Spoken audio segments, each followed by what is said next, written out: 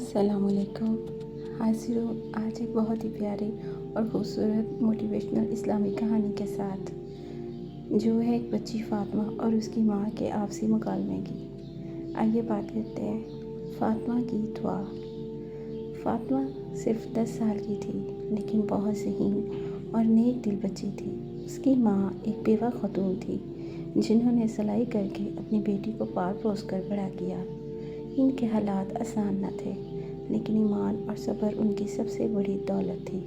ایک دن فاطمہ نے اسکول سے آ کر کہا، امی، میری سہیلی کے پاس نیا بیگ ہے اور میرے بیگ کے تو سارے زپ خراب ہو چکے ہیں، کیا آپ مجھے نیا بیگ نہیں دیں گی؟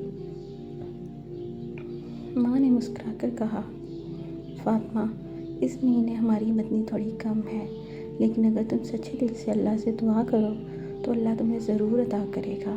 فاطمہ نے سر ہلایا اور رات کو سونے سے پہلے دعا کی، یا اللہ میری امی کے حالات اچھے کر دے تاکہ وہ میرے لیے بیگ لے سکیں۔ 2 دن بعد ایک پڑوسن آئی اور کہنے لگی، آپ کی بیٹی بہت پیاری ہے، میرے بیٹے کی کتابیں اب پرانی ہو چکی ہیں، مگر اس کا بیگ بالکل نیا ہے، اگر آپ چاہیں تو وہ بیگ فاطمہ کو دے سکتی ہوں۔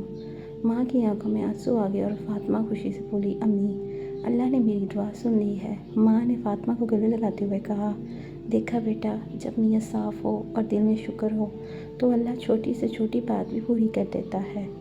اس کہانی سے ہمیں یہ سبق ملتا ہے کہ ایمان، دعا اور صبر کے ساتھ جینا ہی اصل کامیابی ہے۔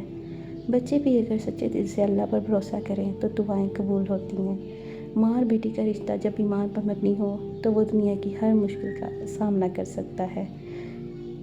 جزاک اللہ۔ اگر آپ کو یہ کہانی اچھی لگی ہو تو اپنے بچوں کو بھی ضرور سنائیے اور اس ویڈیو کو لائک، شیئر اینڈ سبسکرائب ضرور کیجیے گا۔ Thank you.